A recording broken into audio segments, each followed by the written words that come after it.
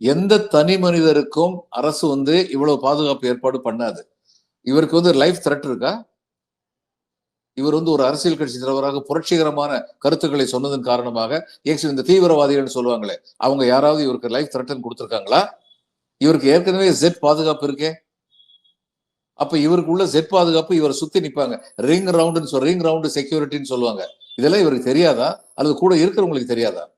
சுத்தி வந்து நிப்பாங்க. இவர் பக்கத்துல யாருமே அண்ட முடியாத அளவுக்கு. இவர் மக்கள் வந்து இவருடைய நேசிக்கிற மக்கள்னா, நான் நிச்சயமா உங்க கூட பேசுறேன், கொஞ்சம் தள்ளி நில்லுங்க, 10 அடி தள்ளி நில்லுங்க, உங்க கூட பேசுறேன்னு சொன்னா மக்கள் இவர் பேச்சை கேட்க மாட்டாங்களா? அப்ப இந்த அளவுக்கு இவர் பேச்சை கேட்காத ஒரு வெறித்தனமான ஒரு கூட்டத்தை இவர் விரும்புகிறாரா? மக்களை அப்படித்தான் ஆக்க வேண்டும். ஏன்னா லைட் ஆன் பண்ணி ஆஃப் பண்ணி காட்டினார்ல, சினிமால காமிக்கிற மாதிரி.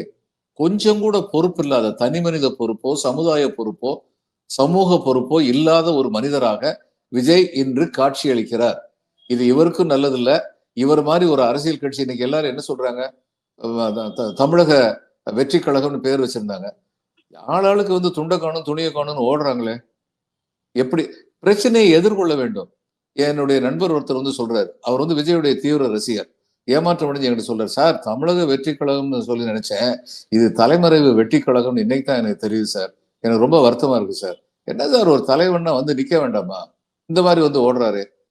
இல்ல எல்லாரும் வந்து அவர் வந்து அவங்களெல்லாம் பத்தி கவலைப்படாம ஓடினாருன்னு சொல்றத நான் இன்னும் ஏத்துக்கல. அப்படி கல்மனசு அவருக்கு இருக்கும்னு நான் நினைக்கல.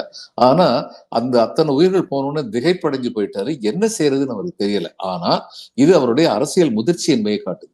இப்படி ஒரு கிரைசிஸ் வந்தா ஸ்பாட்ல நின்னு உடனடியா வந்து இன்ஸ்ட்ரக்ஷன் கொடுக்கணும். அவன் தான் தலைவன். உடனடியா தன்னுடைய கட்சி பொறுப்பாளர்கள்ட்ட வந்து சொல்லணும், கூட்டத்தை இது பண்ணுங்க, போலீஸ் வந்து கேட்கணும், எங்க கட்சி ஆட்கள் அத்தனை பேரும் நிக்கிறாங்க, கூட இருந்து ஹெல்ப் பண்ணுங்க அப்படின்னு சொல்லி கேட்கணும். இப்ப திரும்ப திரும்ப என்ன பேச்சு பேசுறாங்க, போலீஸ் வந்து கலைச்சிருக்கணும், என்ன கர்ப்பிணி பெண்கள் மேல தடியடி நடத்தணுமா? முட்டாள்தனமான பேச்சா இருக்கு இதெல்லாம்.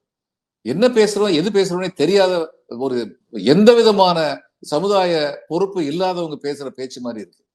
இன்னைக்கு விஜய் பின்னாடி வந்து ரொம்ப கவலைக்குரிய விஷயமா நான் நினைக்கிறது, விஜய் பின்னாடி வந்து வெறித்தனமான ஒரு ரசிகர் கூட்டம் இருக்கு அப்படிங்கிற மாதிரி எனக்கு தெரியுது சில காணொலிகள் எல்லாம் பார்க்கும்போது. இது அவங்களுக்கு நல்லது இல்லை, விஜய்க்கும் நல்லது இல்லை. இது விஜய்க்கு கண்டிப்பா நல்லது இல்லை. இப்படி இருக்கிறது இப்படியே அவங்க இருந்தாங்கன்னா, விஜய் அவங்களை நல்வழிப்படுத்தலைன்னா போன இடம் எல்லாமே இது மாதிரி தானே பிரச்சனை வரும். அவர் பேச்சை கேட்காம தான் அவர் மேல வந்து விழுவாங்க.